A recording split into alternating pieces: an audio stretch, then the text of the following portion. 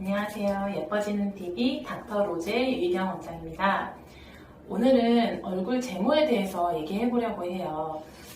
보통 겨드랑이, 인중, 다리, 종아리 이런 데 털 때문에 조금 보기 싫어서 제모를 많이 하는데 얼굴에 있는 솜털도 제모가 가능한지를 잘 모르시는 분들이 있어요.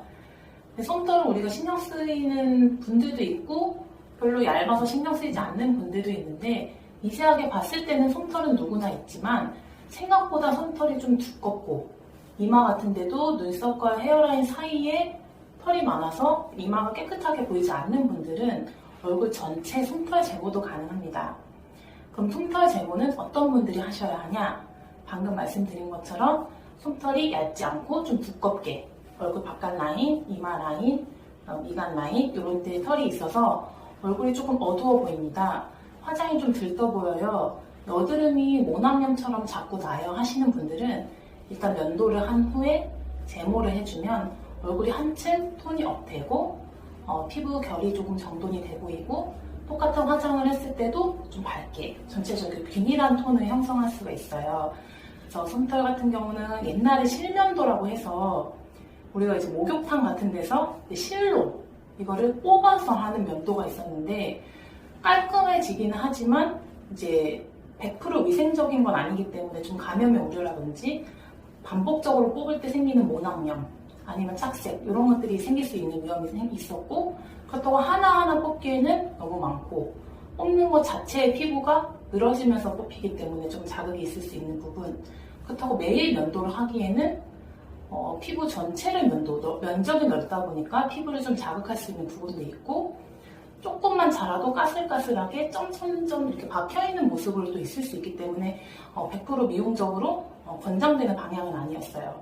근데 제모는 물론 제모도 평생 죽을 때까지 하나도 안 납니다. 이런 영구적인 부분은 아니지만 먼저 면도를 한 후에 레이저를 반복적으로 4주 정도 간격으로 5회 이상 충분히 해줬을 때는 확실히 좀 덜 나요. 털이 얇아졌어요. 면도를 안 해도 깨끗하고 신경 쓰이지 않아요. 이런 방식으로 피부를 좀 정돈할 수 있습니다. 아까 말씀드린 것 같이 여드름이 좀 많은데 점점점점 빨갛게 모낭염도 항상 같이 있는 것 같아요 하시는 분들 헤어가 좀 많은 부위에 트러블이 항상 반복적으로 발생한다 하는 분들은 물론 털 때문에 트러블이 무조건 생긴다는 것은 아니지만 털을 좀 제거하면서 모낭이랑 연결된 부분 또는 그 옆에 있는 피지선과의 연결 부위를 좀 제거해주면서 여드름, 메인 여드름이 아닌 모낭염을 좀 예방할 수 있기 때문에 그럼 트러블, 모낭염과 구분되기 어려운 여드름 아니면 모낭염 이런 형성 상태에 대해서는 조금 예방적으로 장기적으로 봤을 때는 예방할 수 있는 부분도 충분히 있어서 그런 쪽으로도 관심을 좀 가져보시면 좋을 것 같습니다. 그러면 레이저는 어떻게 시술이 되냐? 말씀드린 대로 충분히 내가 원하는 방향으로 면도를 하고 그 위에다가 레이저를 촘촘하게 조사를 하면 깨끗해집니다. 한 번으로 되시는 분들도 있고 말씀드린 대로 5회 이상 필요하신 분들도 있어요. 한 번으로 되시는 분들은 또 조금 신경 쓰여요 하시면 몇 달마다 반복하시는 방법도 있고 저는 조금 두껍고 많아요 하시는 분들은 4주 간격으로 5회 이상 연속해서 하시면 확실히 덜 나고 면도 확률을 좀 낮춰주는 방향이라 얼굴이 좀 칙칙해요. 이렇게 이 바깥 부분이 좀 어두워요. 아니면 트러블이 많아요.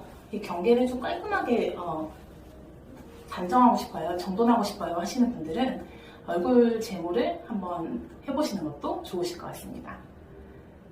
지금까지 닥터 로제 유희경 원장이었습니다. 감사합니다.